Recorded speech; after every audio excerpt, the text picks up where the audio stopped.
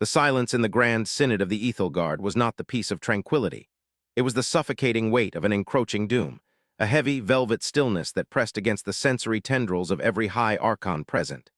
They sat upon thrones of woven light, suspended in the center of the obsidian sphere that constituted the heart of their governance, a structure built to float in the null-gravity vacuum of their capital station, untouched by the chaotic vibrations of the universe outside.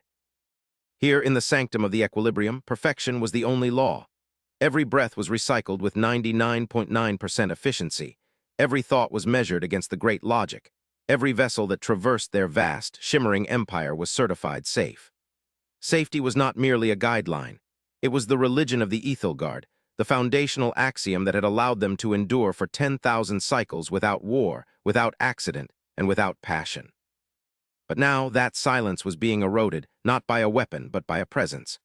A red anomaly on the holographic projection that dominated the center of the sphere, a jagged, weeping scar of radiation and thermal inefficiency that dared to approach their borders. It was a ship, though to call it such was an insult to the elegant, frictionless spheres that the Ethelgard piloted. This intruder was a monstrosity of welded plates, exposed conduits, and volatile chemistry. It burned with the crude fury of atomic fire. It was Terran, and it was, by every metric of the High Council, the most dangerous object to enter their space in recorded history.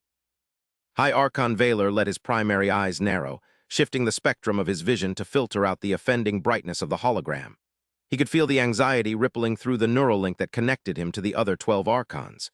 It was a taste of sour metal on his tongue, a phantom vibration in his chest. They were afraid.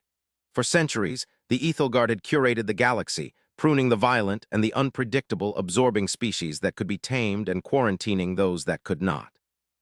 They had established the Safety Concordat, a universal set of physics-based laws that prohibited the construction of any technology capable of catastrophic failure. Engines were limited to subcritical fusion. Weapons were restricted to stun-focused harmonics. Artificial intelligence was shackled to preservation protocols. The universe had become a garden, manicured and predictable. And now, this Terran vessel, the Hephaestus, was barreling through the void like an uncontrolled meteor, leaking enough neutrino radiation to light up sensors across 3 star systems. "It violates the third axiom," Archon Calith whispered, her voice amplified by the chamber's acoustics, sounding like the rustle of dry leaves. She was the Minister of Theoretical Sciences, and usually the most composed of them all, yet her bioluminescence flickered with erratic pulses of violet fear. "The reactor output is fluctuating by 12%. 12% Valor.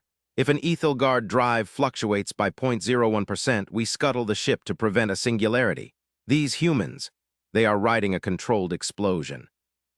Valor shifted his weight, the grand robes of office rustling like falling water. "It is not merely the engine," he intoned, his voice deep and resonant, designed to instill calm where there was none. "It is the structural integrity. The hull is scarred. It shows signs of impacts that would have shattered a crystalline matrix. They have patched it with mismatched alloys. It is an abomination of engineering. Why have they not detonated? Why does the universe not punish such recklessness?" The question hung in the air, unanswered. The Ethelgard understood the universe as a delicate equation. If you pushed the variables too hard, the equation collapsed. The Terrans seemed to treat the universe not as an equation to be solved, but as a beast to be wrestled. Reports had trickled in from the frontier outposts, vague, terrifying tales of a species from the dense, chaotic arm of the galaxy, a place where stars were born and died in violent proximity. The humans had not expanded through grace or subtle manipulation of gravity fields.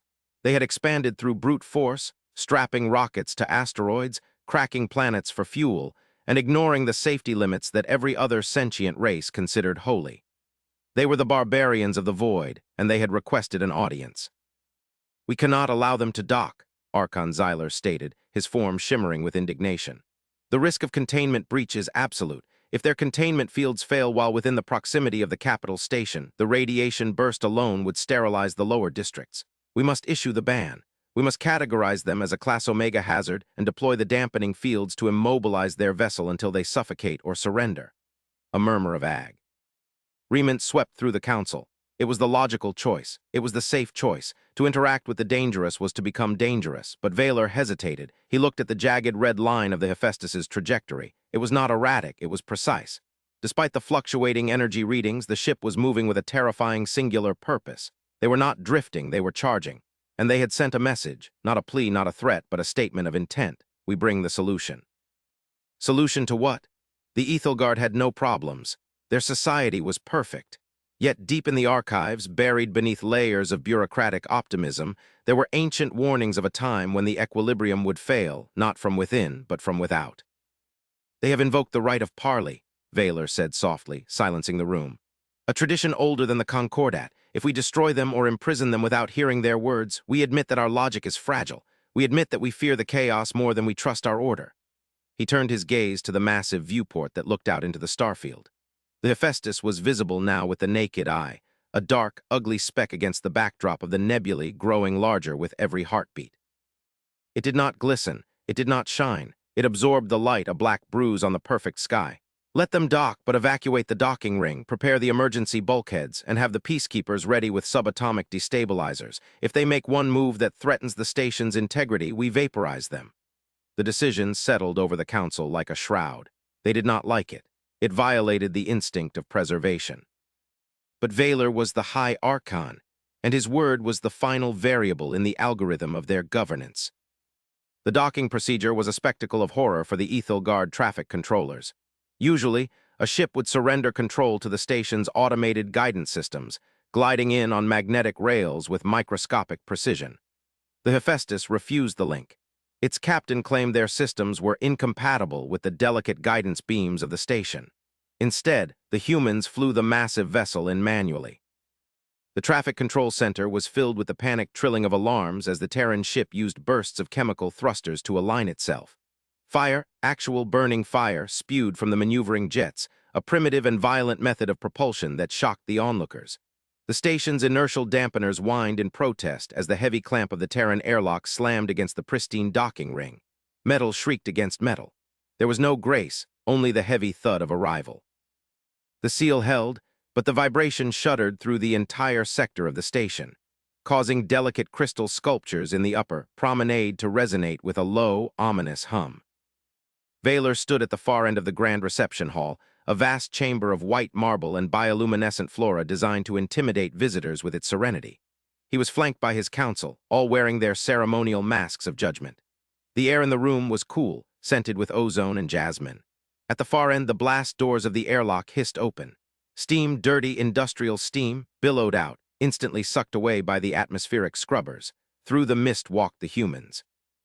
There were 5 of them. They did not wear the flowing, anti-gravity robes of the Galactic community.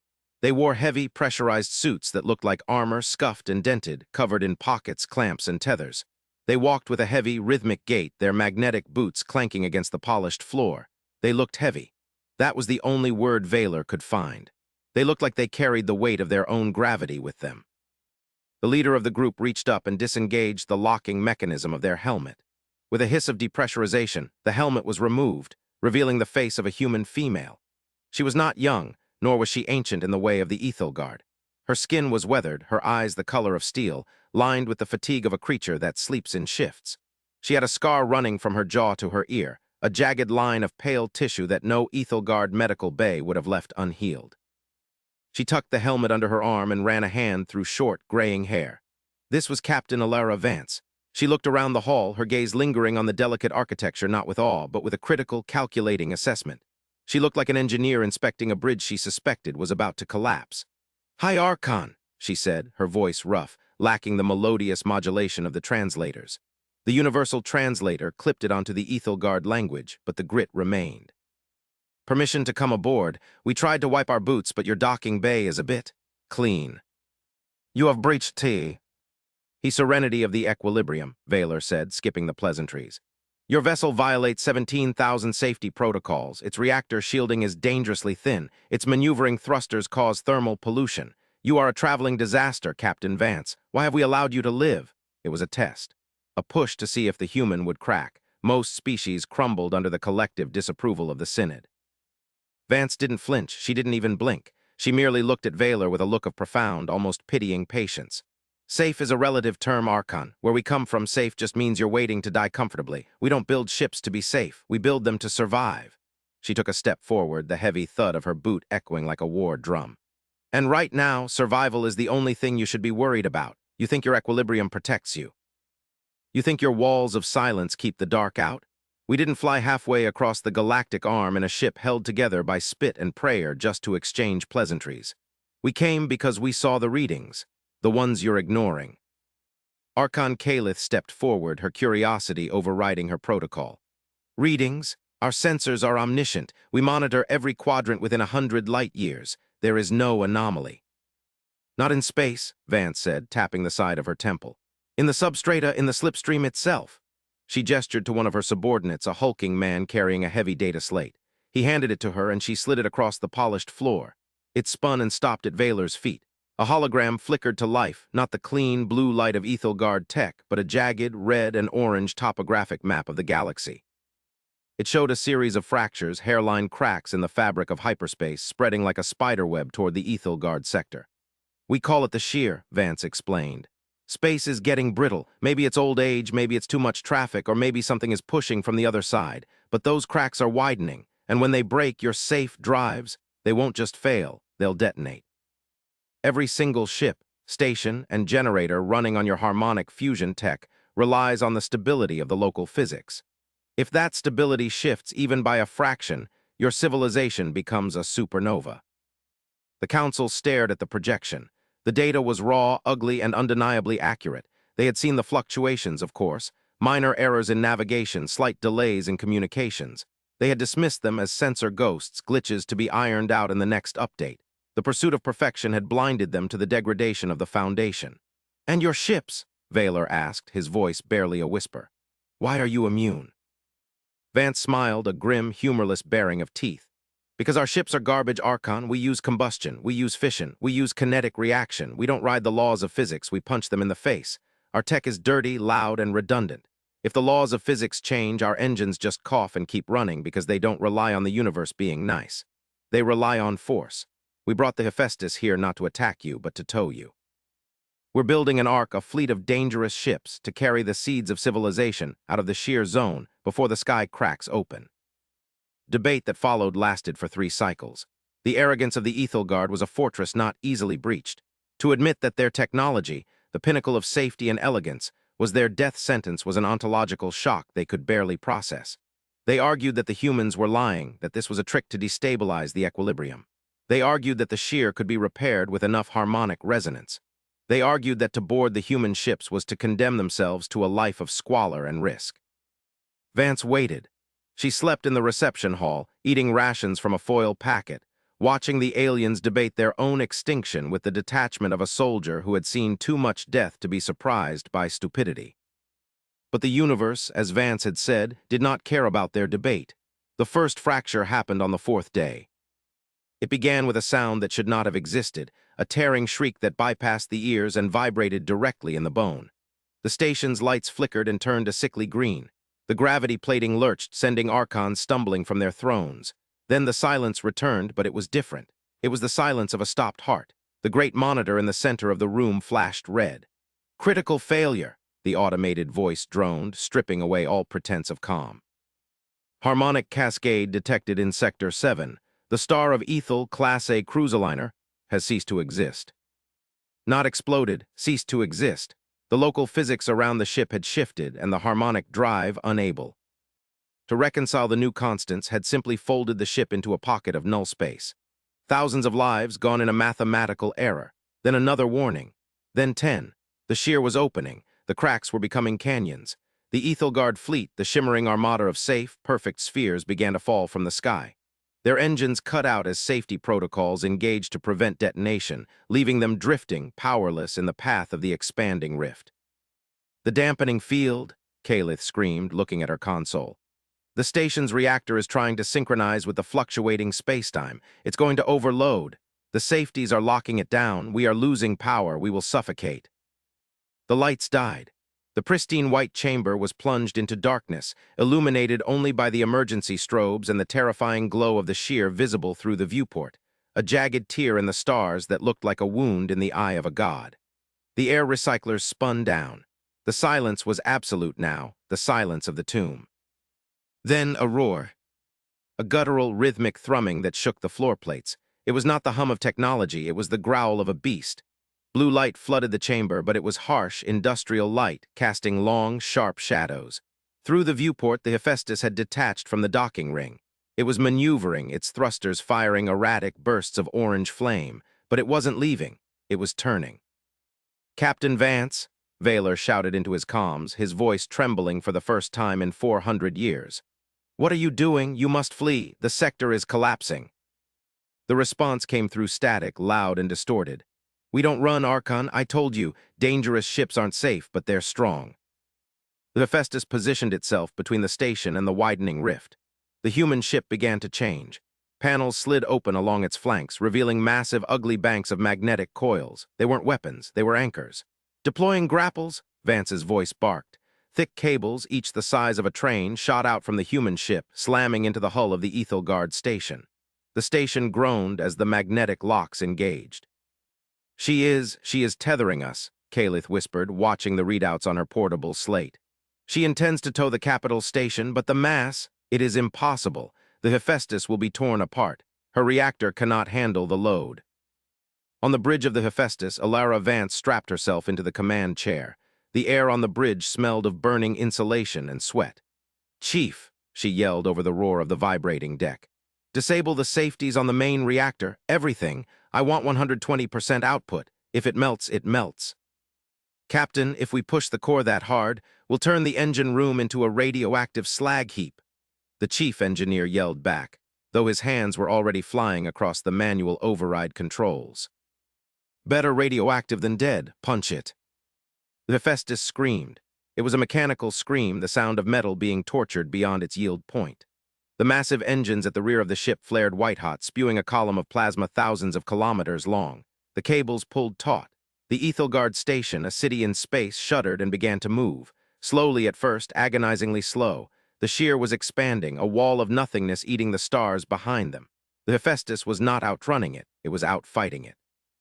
The human ship was a boxer in the ring with a hurricane. Inside the station, the Archons watched in paralyzed awe. They saw the human ship glowing cherry red. They saw pieces of its outer hull plating peeling off and drifting away, disintegrated by the stress. They saw the sheer, raw violence of the energy required to move them. It was ugly. It was terrifying. It was the most beautiful thing Vaylor had ever seen. The Ethelgard ships that had lost power were drifting into the rift, blinking out one by one. But the station, tethered to this burning engine of chaos, was crawling away. "Warning, reactor core integrity at 15%, the computer on the Hephaestus warned. "Shut up," Vance shouted, grabbing the yoke. "Divert life support power to the magnetic stabilizers. Everyone into suits, we're running hot."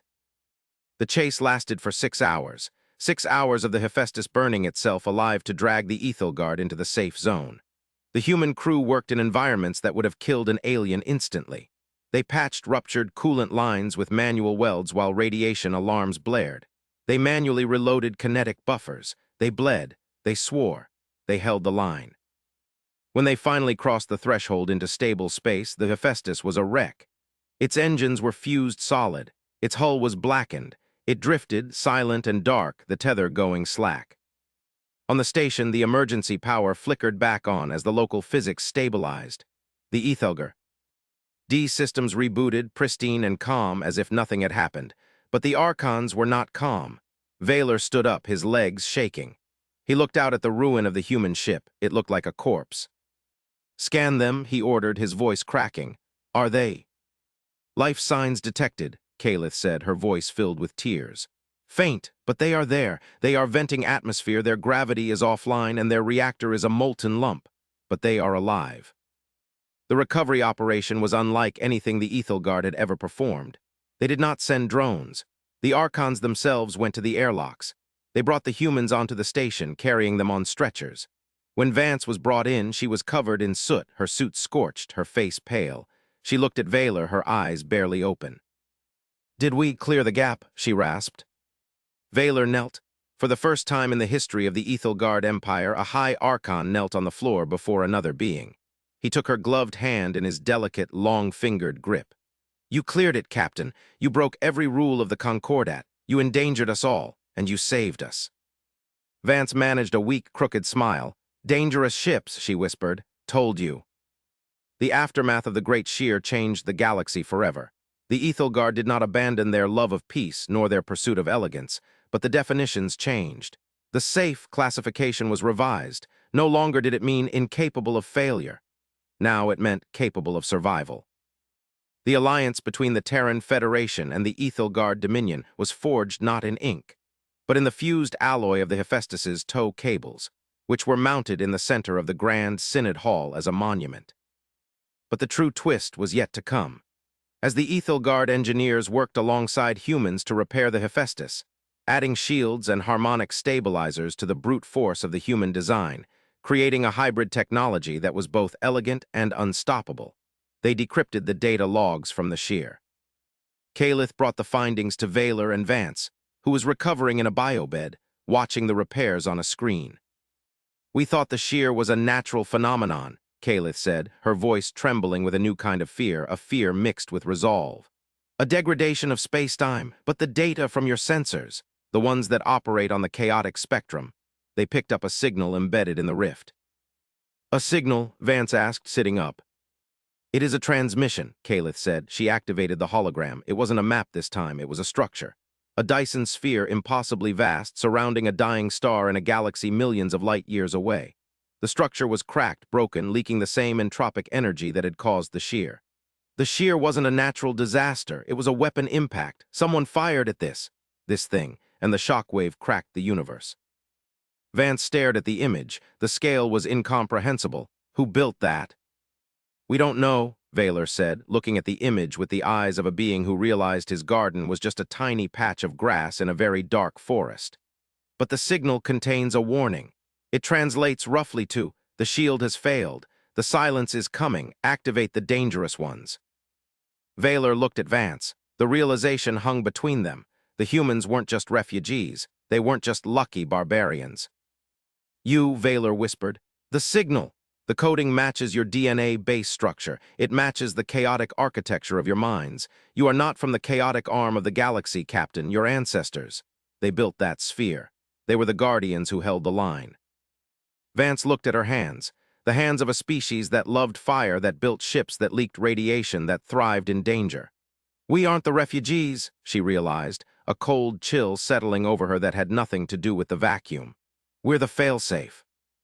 The universe was not a safe place. It was a war zone, and the Ethelgard had been the civilians living in a bubble. The bubble had popped. Vance looked up, her steel eyes hardening. The fatigue was gone. The mission had changed. "If the shield has failed," she said, her voice regaining that command tone that made engines obey, "then we're going to need more ships. Bigger ones, uglier ones, and we're going to need your help to build them." Vaylor stood tall. The fear was gone. In its place was purpose. "The equilibrium is dead," he declared. "Long live the Alliance." He turned to the window where the fleet was gathering, sleek silver ships flying in formation with jagged, ironclad human dreadnoughts. "Let us be dangerous," Vaylor said. "Together." The galaxy was dark, and the silence was coming. But for the first time in eons, the darkness was about to meet something that knew how to burn. The preparations began immediately. There was no time for bureaucracy, no time for the endless debate that had once characterized the Ethelgard Synod. The realization that the safe galaxy was merely a nursery, and that the walls were coming down, stripped away the pretenses of civilization. The Ethelgard industrial complexes, once silent cathedrals of slow, methodical manufacturing, were retrofitted. Human engineers walked the pristine halls, their boots leaving oil stains that no one bothered to clean. They brought with them the noise of industry, the clang of hammers, the hiss of welders, the roar of testing turbines. The Ethelgard artisans, masters of light and crystal, watched with horror that slowly morphed into fascination. They saw the crude efficiency of human design. Where an Ethelgard power coupling was a floating lattice of magnetic fields that took a year to calibrate, a human coupling was a solid bolt of titanium that could be hammered into place in 5 seconds. It wasn't elegant, but it held. And in the face of the encroaching shear, holding was all that mattered. Captain Vance became the de facto admiral of the combined fleet. It was an uncomfortable title. She preferred the grime of the deck to the sterile strategic command centers, but Vaylor insisted. "You understand the chaos," he had told her. "We only understand the order. You must steer." And so she did. She organized the fleet not by class or aesthetic, but by volatility.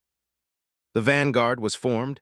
A mixture of Terran-heavy cruisers, effectively flying railguns built around massive fission reactors, and Ethelgard shield ships. The strategy was simple. The Ethelgard provided the defense, the impenetrable walls of hard light that could withstand a supernova, and the humans provided the offense, the raw, kinetic fury that could crack a planet.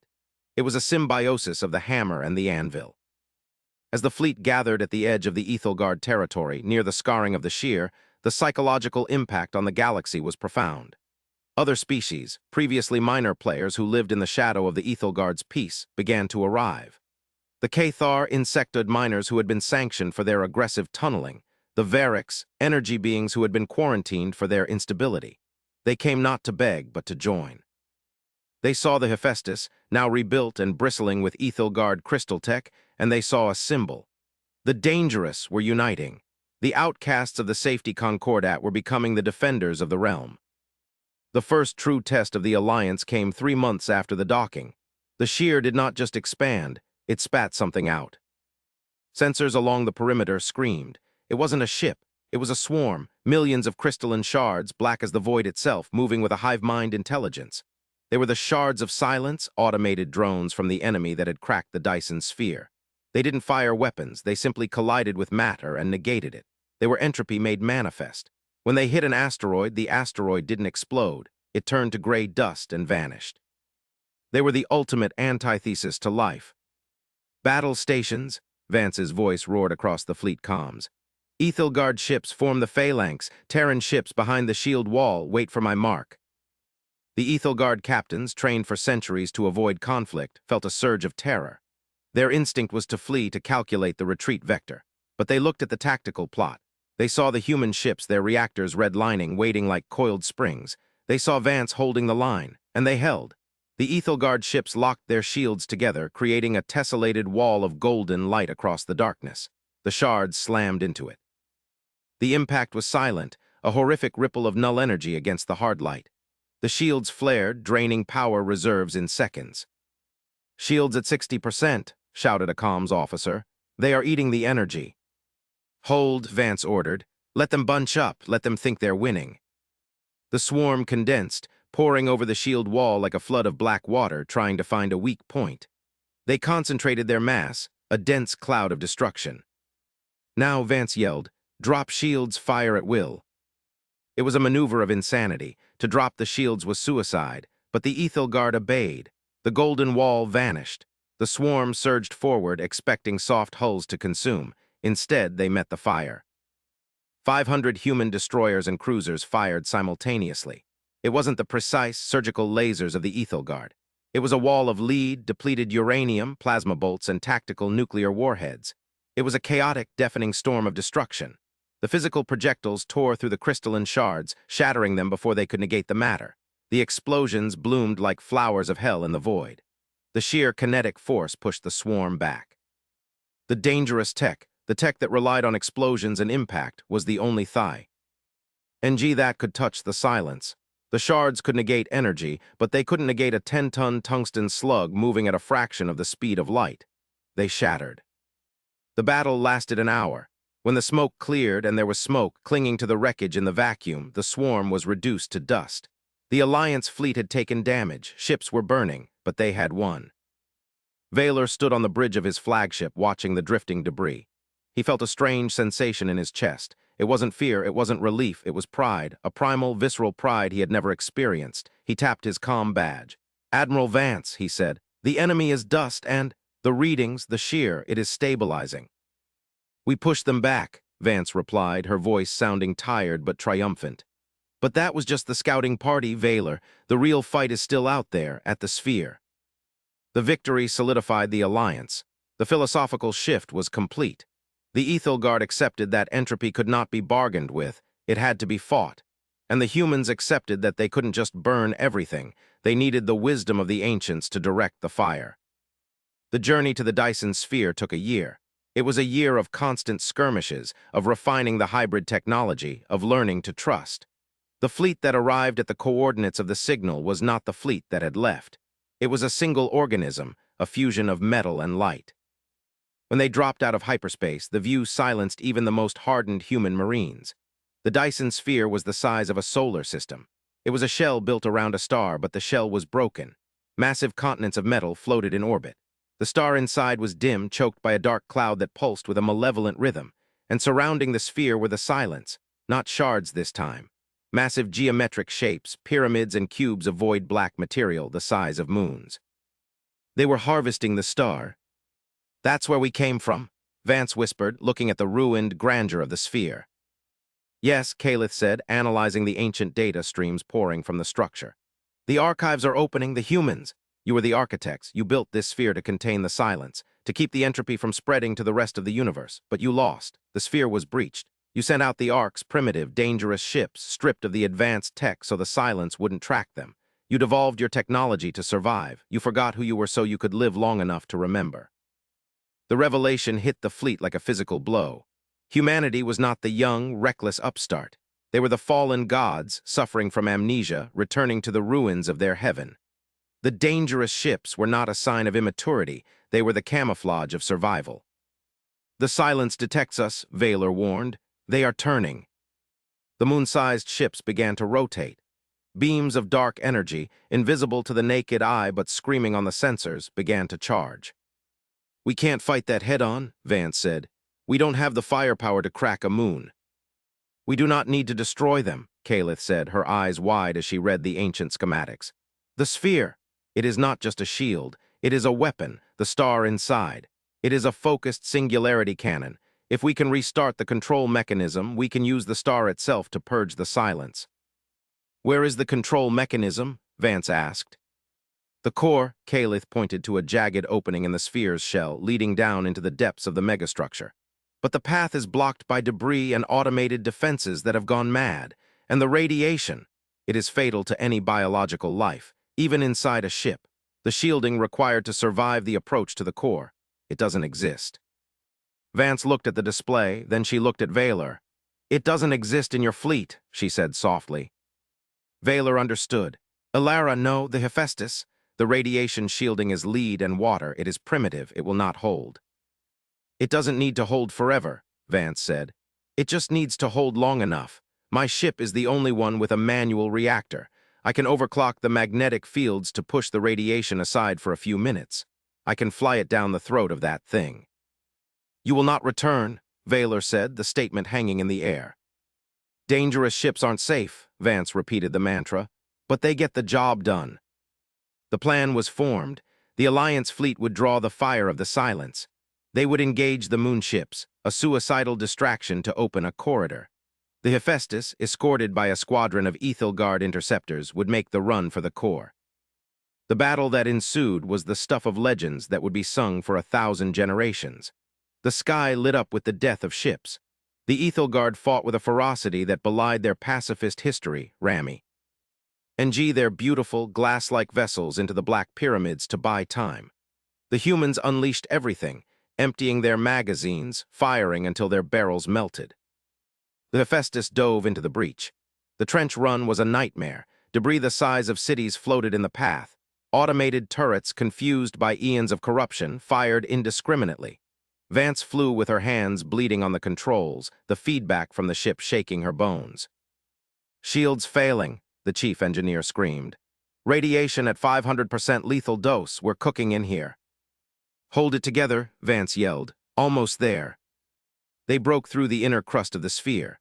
Below them lay the star, a trapped giant of blinding white fire, and suspended above it the control spire. It was dark, dormant. "Deploying the key," Vance shouted. The key was a data packet Calith had synthesized, a reboot code derived from the human DNA sequence. The Hephaestus was falling apart. The heat was melting the hull. The bridge windows cracked. Vance didn't breathe.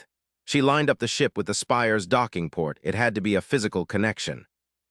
Impact in 3, 2, 1. The collision was violent.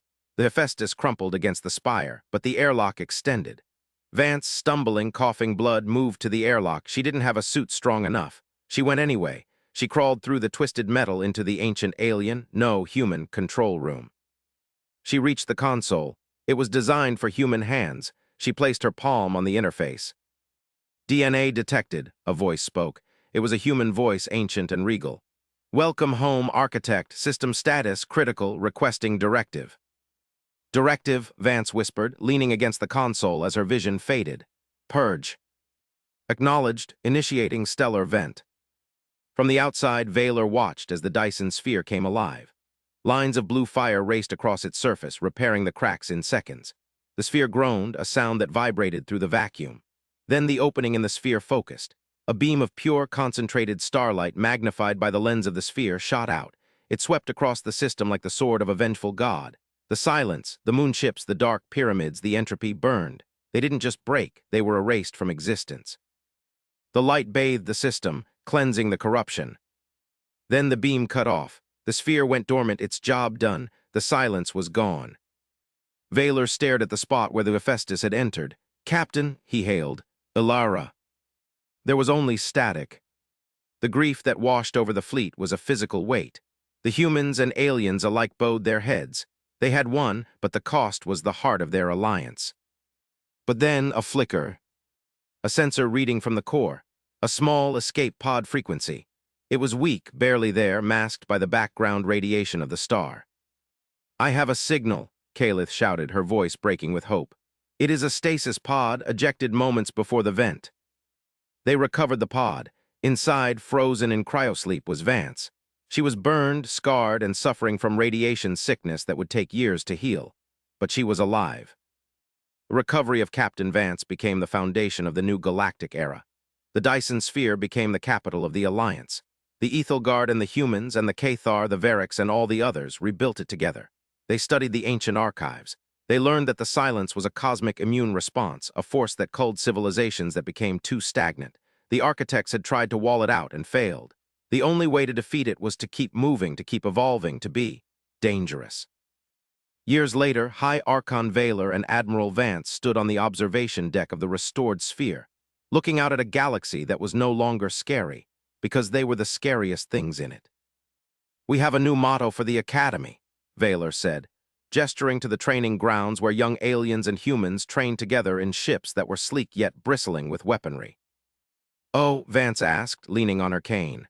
The radiation had left her with a limp, but she refused to replace the leg. She said it reminded her of the cost. "Yes," Vaylor smiled, his mandibles clicking in what was now a familiar gesture of friendship. He pointed to the inscription above the gate. It read, "Safety is a myth, peace is a responsibility, danger is a virtue." Vance nodded. "I like it, but I still think dangerous ships are not safe has a better ring to it." Vaylor laughed, a sound that the Ethelgard had forgotten how to make until the humans came. "Perhaps, but as long as we are together, my friend, I believe we can afford to be a little unsafe." They looked out at the stars, burning bright and chaotic in the endless dark, ready for whatever came next.